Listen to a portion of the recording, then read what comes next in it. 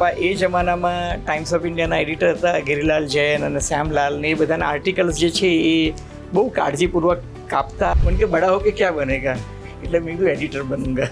એટલે હું જ્યારે ટાઈમ્સ ઓફ ઇન્ડિયામાં જોડાયો સિનિયર એડિટર તરીકે, ત્યારે મારા પપ્પાને જિંદગીની સૌથી વધુ ખુશી મળી હતી. એટલે આખું તમારું કહેવાય ને કે જે ઉછેર કહેવાય કે સિંચન કહેવાય, એ જાણે કે આના માટે જ થયો છે. રીડિંગ હતું ને એનાથી બહુ જ મદદ મળી. અને હું આજે પણ જો કોઈ મને નવી પેઢીનું પૂછે તો હું કહું કે એકમાત્ર સક્સેસ ફોર્મ્યુલા છે એ વાંચન, વાંચન અને વાંચન. એટલે મને જે દુઃખ છે આજની તારીખમાં એ છે કે ભાઈ યુદ્ધ થાય ને ત્યારે સૌથી પહેલો ભોગ જે છે એ સત્યનો લેવાતો હોય છે. ત્યારે એ સિરિયસનેસ નથી રહી, જવાબદારી નથી રહી. કલમ જ્યારે હાથમાં લઈ એક્ઝેક્ટલી જીવન જેવું જીવું છું એવું કાગળ પર ઉતારું છું, કાગળ પર ઉતારું છું પછી એને મઠારું છું. તારી અને મારી વચ્ચે ફરક એટલો જ છે જાહિદ કે તું વિચારીને જીવે છે, હું જીવીને વિચારું છું.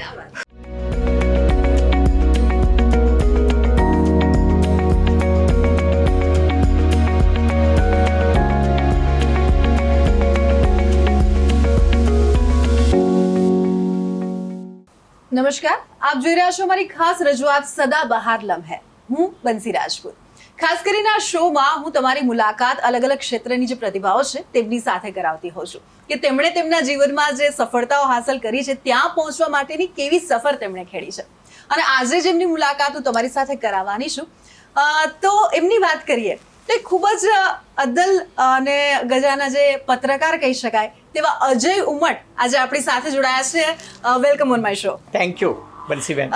આમ આપણે ઘણી વખત મળતા હોઈએ છીએ, પરંતુ આજે કદાચ ટીવી ક્ષેત્રમાં ઇન્ટરવ્યુ લેવાનું આજે સદભાગ્ય છે તમારું. ચોક્કસ. મેં આ પ્રકારનો ઇન્ટરવ્યુ કોઈ દિવસ આપ્યો નથી. પોલિટિકલ ને ઇકોનોમિકલ ને કોન્સ્ટિટ્યુશનલ મેટર પર ઘણી વખત વાત કરતો હોઉં, પણ જાત વિશેનો ઇન્ટરવ્યુ આઈ થિંક એટલે ગ્રુપ પેપર તો નથી ને. એ જાણવા માંગીએ છીએ કે પત્રકાર તરીકે અજય ઉમટે પોતાની જે શરૂઆત છે એ કેવી રીતે કરી, એ જે સફર છે એના વિશે હું થોડું પહેલા તો જાણવા માંગીશ. બંસી, આ બહુ ઇન્ટરેસ્ટિંગ વાત છે. કોઈને કહું તો નવાઈ લાગે, પણ ત્રીજા ધોરણથી આ શરૂઆત થઈ, ત્રીજા ચોથા ધોરણથી. મારા પપ્પા છે ને એ બોડેલી કોલેજમાં ઇંગ્લિશના પ્રોફેસર હતા, અને અમારે ઘેર બધા જ જાતના અખબાર ને સામાયિક ને મેગેઝિન્સ ને બધું આવતું હતું. અને મારા પપ્પા એ જમાનામાં ટાઈમ્સ ઓફ ઇન્ડિયાના એડિટર હતા. ગિરિલાલ જૈન અને શ્યામલાલ ને એ બધાના આર્ટિકલ્સ જે છે એ બહુ કાળજીપૂર્વક કાપતા રાખતા. અને પછી દર રવિવારે સવારે મમ્મી છે ને પેલી એક લહી બનાવે, અને એમાં પછી એક મોટી ફાઇલ હોય, એમાં એ ચિટકાવવાનું કામ અમને મળતું. અને એ કામ મળીએ ત્યાર પછી એમ પેલો 10 પૈસાનો બરફનો ગોળો ખાવાની જે એ મહેનતાના પીઠે મળતા. તો હું ચોથા ધોરણમાં હતો ત્યારે શું હતું કે પેલી સ્કૂલમાં રોજ સમાચાર વાંચવાનું આવે. એટલે એક દિવસ વજ્રમાત્રી કરીને જે ગુજરાતી પત્રકાર હતો, એમાં મોટું નામ એ જમાનામાં, એ વડોદરા લોકસત્તા જનસત્તાના એડિટર હતા, અને એ બોડેલીમાં આવ્યા હતા. હતું એવું કે અમારી સ્કૂલમાં કારકિર્દી સપ્તાહ ચાલતું હતું. તો પહેલા દિવસે સ્ટેશન માસ્ટર આવ્યા, રેલવે સ્ટેશનને સ્ટેશન માસ્ટરની શું કામગીરી હોય.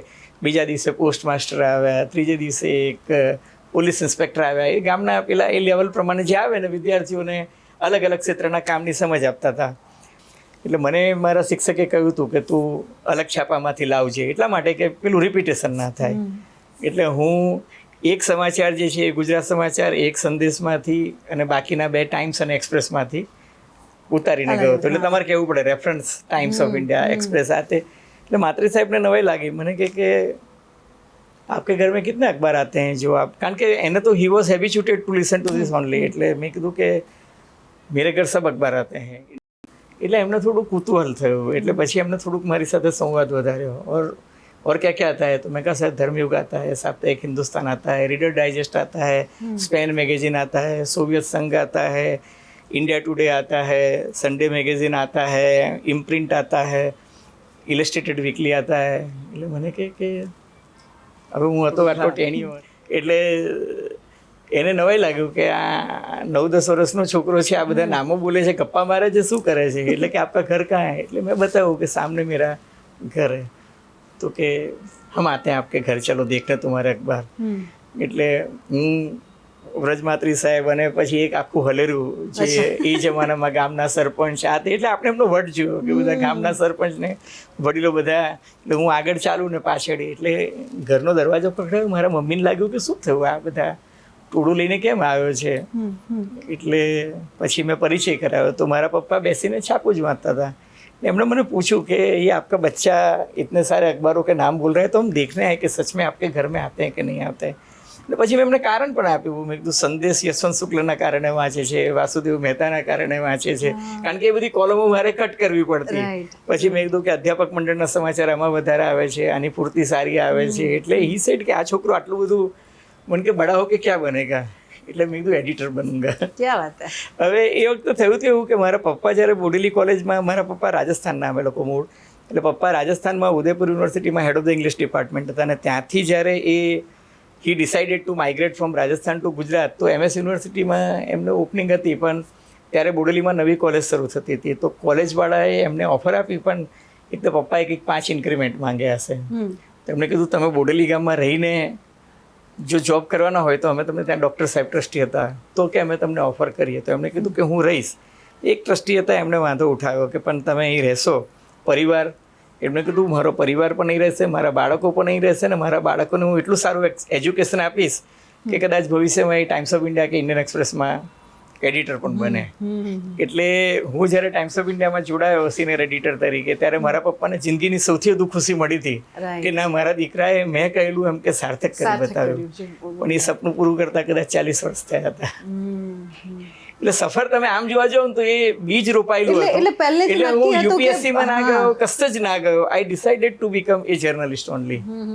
એટલે એ નક્કી જ હતું કે બનવું છે તો પત્રકાર જ. અને આજ પહેલેથી ત્રીજા ધોરણમાંથી જો હા, એટલે એ પછી છે ને પેલું એક પિગ્મિલિયન ઇફેક્ટ કહે છે કે તમે વિચાર્યું હોય કે હું આજ બનીશ, આજ બનીશ, આજ બનીશ, તો પછી માઇન્ડ તમારું એ જ દિશામાં જાય છે. એટલે તમે જે રીતે કહ્યું કે જે કટિંગ તમે કરતા હતા, એટલે સાથે સાથે બધું વાંચતા પણ ખરા, એટલે એ રીતનો પણ બધું વાંચતો. મારા પપ્પા છે ને આમ ટીક માર્ક કરીને આપે, અને એટલા જ કટિંગ અમારે પેલી બ્લેડથી કરવાના.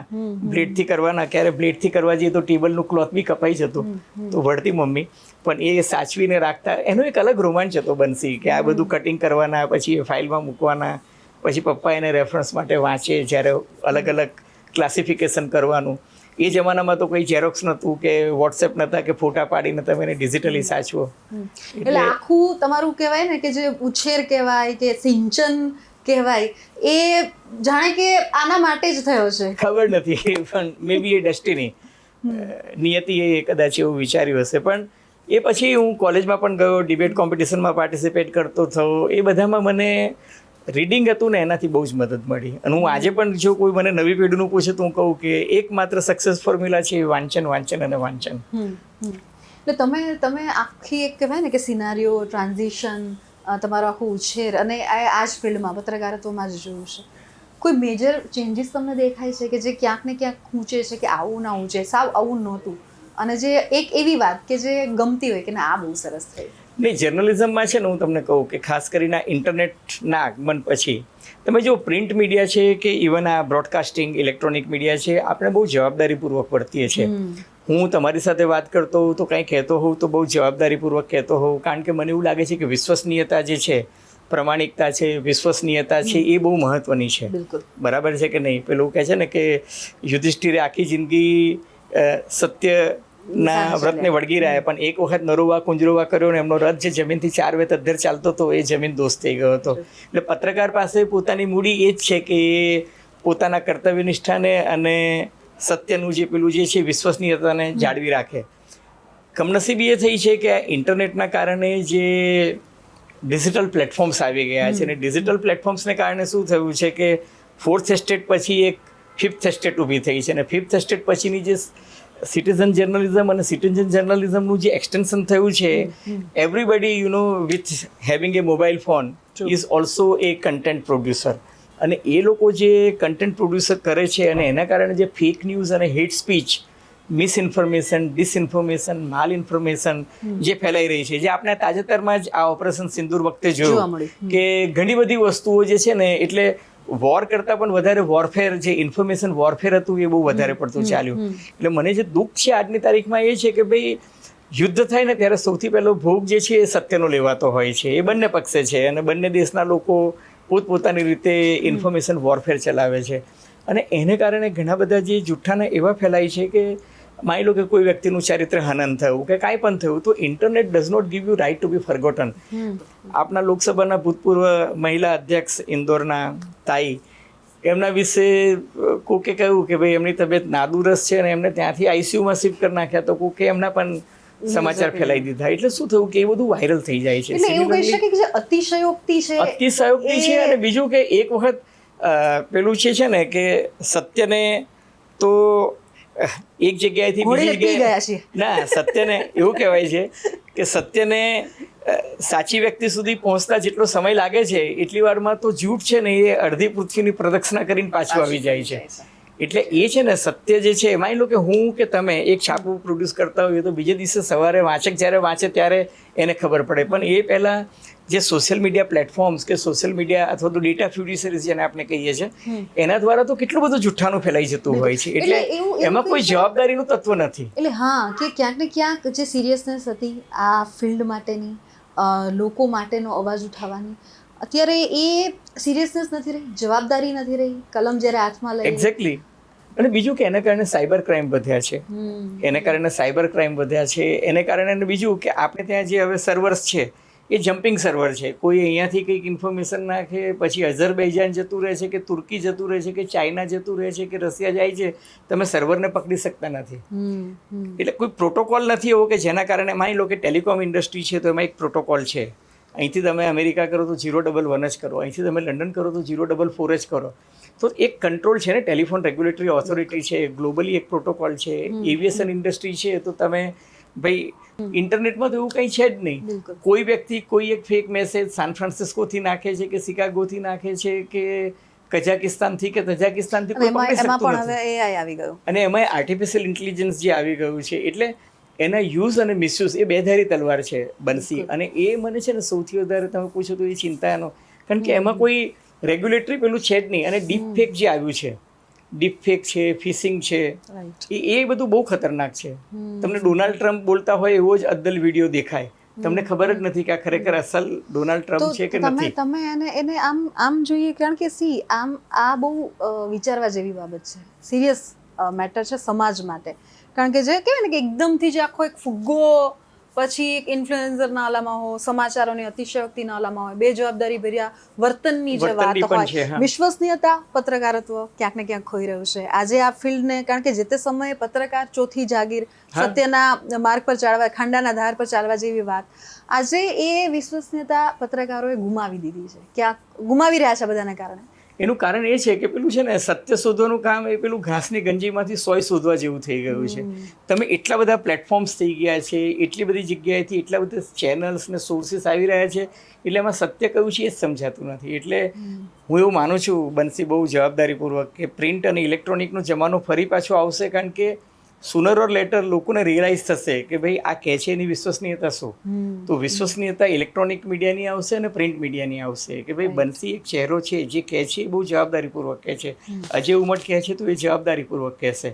તો હવે એ છે ને વ્યક્તિ અને જે કોઈ સંસ્થા હશે એની બ્રાન્ડિંગ પર વધારે ચાલશે.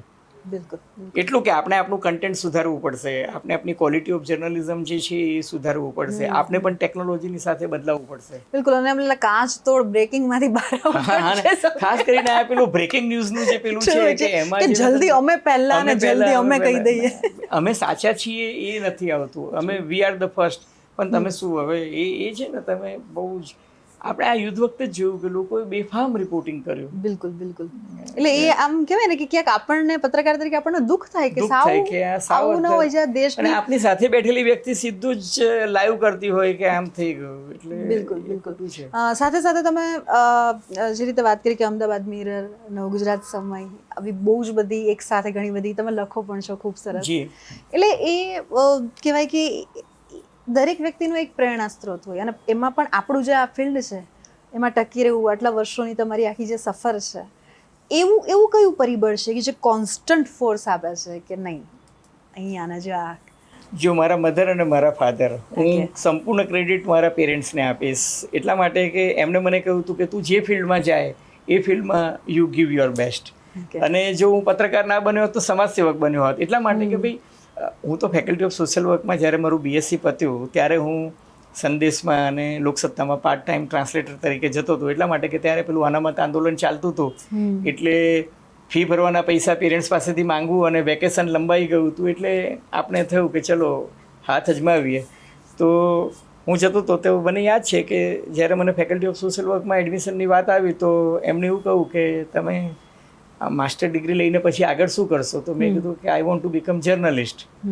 તો જે ઇન્ટરવ્યુ લેનાર પેનલ હતી એમને કંઈ બહુ એ ગમ્યો નહોતો જવાબ, કારણ કે એ લોકો ઈચ્છતા હતા કે ભાઈ હું એવું કહીશ કે હું પર્સનલ મેનેજર બનીશ, લેબર વેલફેર ઓફિસર બનીશ, ફેક્ટરી મેનેજર બનીશ, NGO ચલાવીશ કે કંઈક સોશિયલ વર્ક કરીશ અથવા લેક્ચરર બનીશ. મેં એવું તો કે ના, but we do not want you to become a journalist. Journalist બનીને શું કરશો? સો આઈ સેડ કે sir I will become a whistleblower in society, I will become a gatekeeper in society. સમાજમાં કંઈક અનિષ્ટ થતું હશે તો પત્રકાર તરીકે હું એક ઇન્વેસ્ટિગેટિવ જર્નલિસ્ટ બનવા માંગુ છું.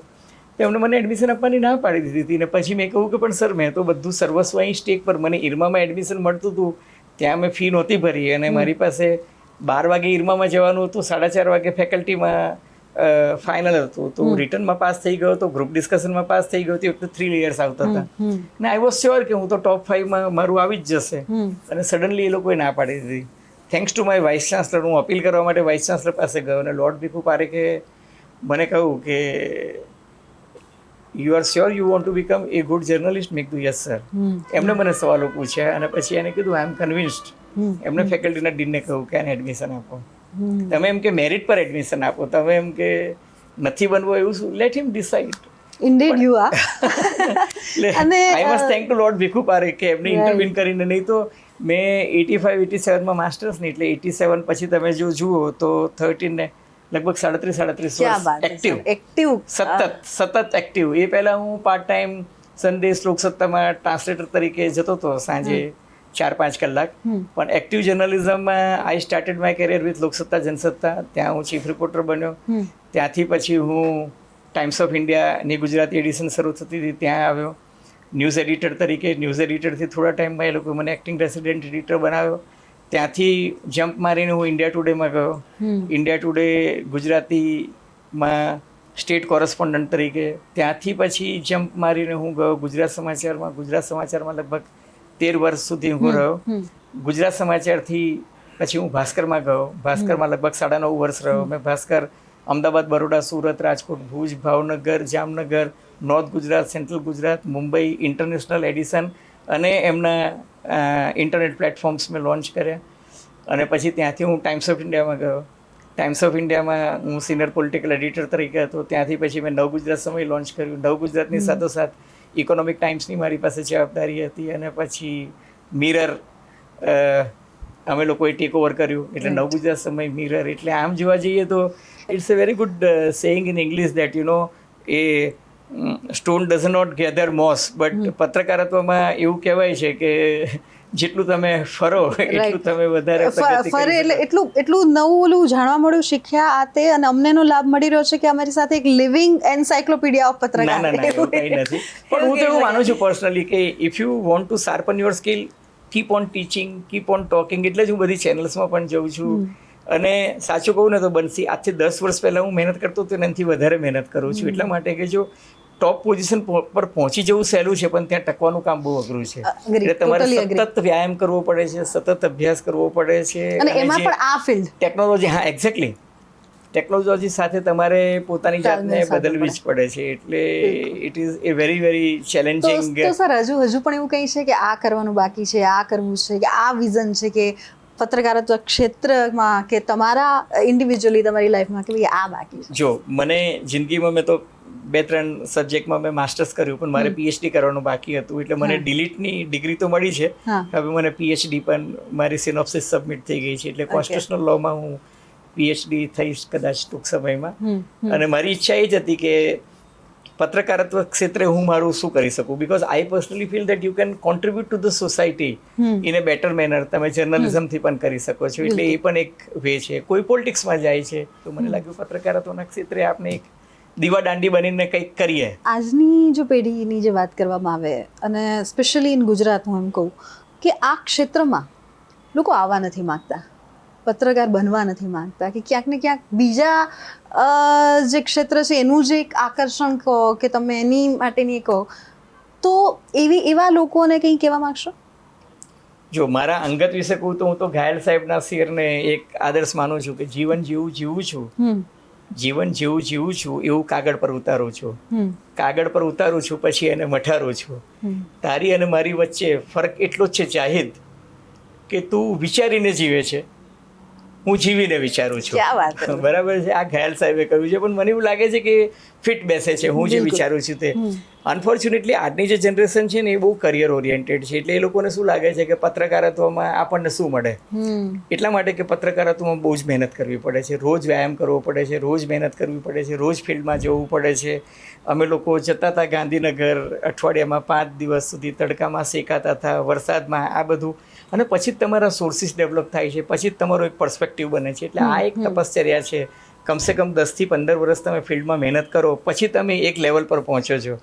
કમનસીબે હું જોઉં છું કે યંગ પેઢી, હું ઘણી વખત જર્નલિઝમ યુનિવર્સિટીમાં અને બધે ભણવા જાઉં છું ત્યારે હું જોઉં છું કે અત્યારની જે જનરેશન છે ને એમાં એ લોકોને ઝડપથી આરજે બની જવું છે, ડીજે બની જવું છે. હું કે મુંબઈમાં જઈશ, સ્ક્રિપ્ટ લખીશ, આ લખીશ, અને પછી એમ કે કોર્પોરેટ કોમ્યુનિકેશનમાં જઈશ. પણ ત્યાં છે ને સેચ્યુરેશન લેવલ છે. એક સારા પત્રકાર માટે હંમેશા વેકેન્સી છે ને છે. અને બીજું, I always believe that bottom is always crowded, at the top there is always a room, પણ for that you have to work hard. True. મહેનત બહુ જ કરવી પડે છે અસ્તિત્વ ટકાવવા માટે પણ. એટલે એ સતત સંઘર્ષ અને ઘર્ષણની કહાની છે, પણ એની એક મજા પણ છે. Journey is more interesting than the ultimate goal. બિલકુલ. એટલે એ તમારું ફોકસ, એ તમારું વિઝન, તમારે પહેલા તો ઇન્ડિવિજ્યુઅલ લેવલે શુડ બી વેરી ક્લિયર. ચોક્કસ. અને એટલે જ મેં નક્કી કર્યું કે યુ શુડ બી બાયલેંગ્યુઅલ. એટલે હું બાયલેંગ્યુઅલ પણ છું અને ટ્રાયલેંગ્યુઅલ થવાની પણ કોશિશ કરું છું. હું બીબીસીમાં પણ જતો હતો તો ઉર્દુ સર્વિસમાં જ્યારે બોલવાનું આવતું તો હું એના માટે રિયાઝ કરતો હતો, રિસર્ચ. 3-4 સારા ઉર્દુના એક્સપર્ટ સાથે વાત કે ભાઈ આ શામકો મુझे ઉર્દુ મેં બોલના હૈ, તો મને થોડાક શબ્દો આ તે વાક્ય રચના હિન્દી ઉર્દુ મિક્સ કરીને પણ એટલે આપણું ગાડું ગબડી જાય એ બહુ જરૂરી હોય છે. એટલે હિન્દી છે, ઇંગ્લિશ છે, ગુજરાતી છે. એટલે આઈ એમ ફોર્ચ્યુનેટ કે that education and training that my alma mater MS University and Nirma University has given me, I could survive. તો સર, આજે તમે તમારી આખી કારકિર્દીને આમ એક હોય ને કે એક પોઈન્ટ પર આવીને આપણે આમ પાછું વળીને જોઈએ, તમે કેવી લાગણી હોય? એ લાગણી કેવી હોય? હું પાછું નથી જોતો, હું આગળ જ જોઈ પણ તો રહ્યો છું. એ સફર તો એક આખી આમ, એટલે આ એક મુકામ તરીકે એક સેલ્ફ સેટિસ્ફેક્શન જે છે હા, એ છે. પણ હું છે ને મેસ્લોઝની નીડ હાયરાર્કીમાં માનું છું. મેસ્લોઝની need hierarchy, since you are a student of MBA, એટલે તમને ખબર છે કે ભાઈ લાઈફમાં તમને શું જોઈએ. તો પહેલા બેસિક નીડ્સ જે છે એ સેટિસ્ફાય થવી જોઈએ કે ભાઈ રોટી, કપડાં, મકાન, ટચવુડ થઈ ગઈ. એ પછી એક self esteem, so you have reach to the level. પણ પછી જે છે ને ફાઇનલ સ્ટેજ છે એ સેલ્ફ એકચ્યુલાઇઝેશનનું છે. સેલ્ફ એકચ્યુલાઇઝેશન એટલે તમે તમારા ફિલ્ડમાં મધર ટેરેસા છો, પંડિત રવિશંકર છો, તમે સચિન તેંડુલકર છો. એટલે એ લેવલ પર પહોંચવા માટેની જે મથામણ છે એના માટે અત્યારે પોતાની જાતને પોતાના ફિલ્ડમાં સર્વશ્રેષ્ઠ આત્મસાત કરી શકો છો. એટલે એ દ્રષ્ટિએ હું માનું છું કે ઇગ્નોરન્સ લેવલ મને મારામાં દેખાય છે. આટલી સ્કિલ છે એ શાર્પન કરવાની છે. એટલે મને આઇન્સ્ટાઈન હંમેશા યાદ આવે છે કે જ્યારે એને જિંદગીના છેલ્લા દિવસોમાં એવું કહ્યું હતું કે જ્ઞાનના અગાધ સમુદ્ર પાછળ મને એવું લાગે છે કે મારી હાલત એક પેલા છીપલા જેવી છે. બરાબર છે કે નહીં? આઈ એમ એ સ્મોલ પેબલ. એટલે એ સ્મોલ પેબલ જેવી ફિલિંગ જે છે એ થઈ રહી છે, પણ સાથે ખુશી છે કે તમે જ્ઞાનનો અગાધ સમુદ્ર જોઈ શકો છો. એટલે તમારું ઇગ્નોરન્સ લેવલ શું છે એ તમને ખબર છે. અને એ મને એવું લાગે છે કે એ પણ એક અચીવમેન્ટ છે. કારણ કે દરેકને એવું લાગે છે મને તો બધું આવડી ગયું. ખરેખર એવું નથી. બંસી, આ ફિલ્ડ છે ને, દરિયો છે ને, આપણે છપછપિયા કરીએ છીએ. હજુ ઘણું બધું શીખવાનું અને ઘણું બધું કરવાનું બાકી છે. એટલે આ એક લેસન કહેવાય નવી પેઢી માટે કે કોન્સ્ટન્ટ લર્નિંગ જે પ્રોસેસ, 100% સતત વિદ્યાર્થી તરીકે મારા મધર એવું કહેતા હતા કે સતત જે અભ્યાસ કરે હે ને, કરત અભ્યાસ જલમતી હોત સુજાન. એટલે એમ કે સતત અભ્યાસ જે છે ને એ છે. મારા ફાધર કહેતા કે eternal vigilance is the price of liberty. તમારે એમ કે સતત જાગૃત રહેવું જોઈએ. એ ક્યાંક મને અમુક જગ્યાઓમાં, અમુક યુવાન મિત્રોમાં મને કેનું લખ્યું ના દેખાય છે. પણ કદાચ એ જનરેશન પોતાની રીતે કંઈક સારું કરશે. તો સર, તમે કારણ કે 3જા ધોરણથી જો તમે આ બધું કામ કરતા હોય તો પછી નાના બાળકો જે રમતા હોય, આ તે એનું એક ગ્રુપ હોય, અને એ બધું પણ કરતા? એ મેં બધું જ એન્જોય કર્યું છે. હું ગલી ડંડા પણ રમ્યો છું, ને સતોલચું પણ રમ્યો છું, ને પકડદાવ પણ રમ્યો છું, નદીમાં ભૂસકા પણ માર્યા છે, ને આંબલી પીપલી પણ રમ્યો છું. I have really enjoyed my life. એટલે there is no regret on that count. અચ્છા.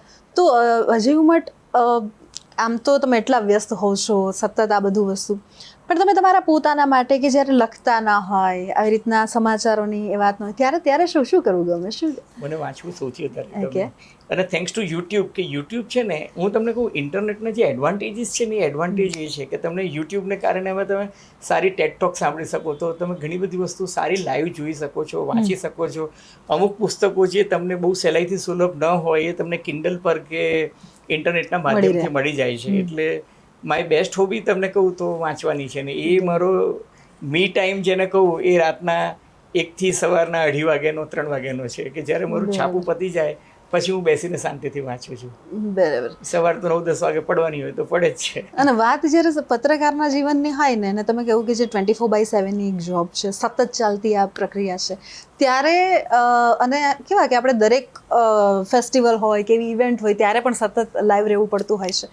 એવા દરમિયાન પરિવારે બહુ ભોગ આપવો પડતો હોય છે, તો એમને કંઈ કહેવા માંગશો કે એમના વિશે કંઈ કહેવા માંગશો? ના હું કહું કે મારી સફળતામાં મારી પરિવારનો, મારી પત્નીનો સૌથી મોટું યોગદાન છે, કારણ કે એને મને સહન કર્યો છે. અને એનું એક મુખ્ય કારણ એ છે કે એ પોતે પત્રકાર હતી. અચ્છા. She was a sub editor, એટલે એ જનસત્તા લોકસત્તામાં મારી સાથે કામ કરતી હતી. એટલે અમે સહકર્મચારી પણ હતા અને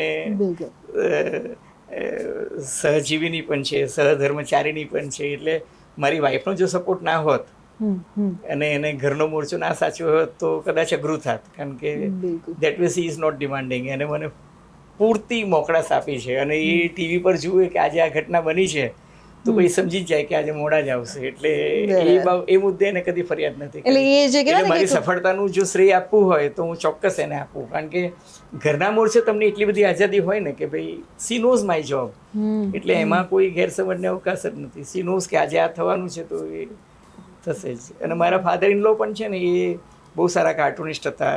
દેવ ગઢવી, ચિત્રલેખા, જન્મભૂમિ, પ્રવાસી ને એ બધામાં એમને લગભગ 45 વર્ષ મુંબઈમાં કામ કર્યું. એટલે એ સવારે ડાઇનિંગ ટેબલ પર અમારા જ ચર્ચા થતી હોય કે આનો વિડીયો બનાવ્યો, આ હેડલાઇન આમ છે, આ છે. એટલે એ રીતના પરિવારનો સપોર્ટ બહુ સારો રહ્યો. બિલકુલ. છેલ્લે અમારા દર્શકોને અને કોઈ જો સંદેશ આપવા માંગતા હોય તો? હું તો એક જ વસ્તુ કહીશ કે ભાઈ જે પણ ફિલ્ડમાં તમે ઈચ્છો તમે do your best, do your best. અને સ્વામી વિવેકાનંદનું જે વાક્ય જે છે, મને મારા જીવનમાં પપ્પાએ જ્યારે પહેલી ડાયરી આપી હતી ને ત્યારે એમાં arise awake and stop not till the goal is achieve. ઉત્તિષ્ઠ જાગ્રત પ્રાપ્ય વરાને બોધે, એટલે ઉઠો જાગો અને પોતાના ધ્યેય પ્રાપ્તિ પ્રમાણે લાગી રહો. એટલે મારો મેસેજ એ જ છે, કોઈ પણ ફિલ્ડમાં જાઓ, do your best. Thank you so much sir કે તમારો સમય અમને આપ્યો. Thank you very much Bansi, it is always a pleasure talking to you. ધન્યવાદ, ખૂબ ખૂબ આભાર. Thank you. તમારા દર્શકોનો પણ આભાર. તો આ તો અજય ઉમટ કે જે રીતે કહેવાય ને કે લિવિંગ એન્સાયક્લોપીડિયા છે, અને તે રીતે એમને વાત કરી અને આખો એમ કે ફ્લોલેસ આખો આપણું જે આ વાતચીતનો દોર છે તે રહ્યો છે. આ જ પ્રકારની પ્રતિભાઓ સાથે તમારી મુલાકાત હું કરાવતી રહીશ. ત્યાં સુધી મને આપશો રજા. નમસ્કાર.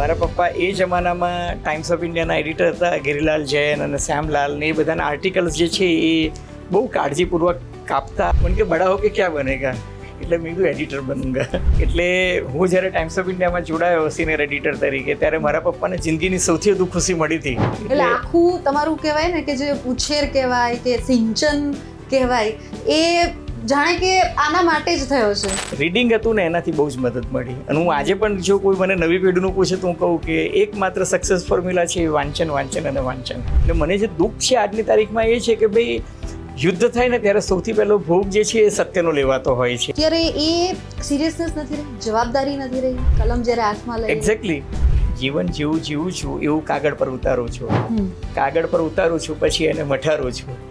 તારી અને મારી વચ્ચે ફરક એટલો જ છે જાહિદ કે તું વિચારીને જીવે છે, હું જીવીને વિચારું છું.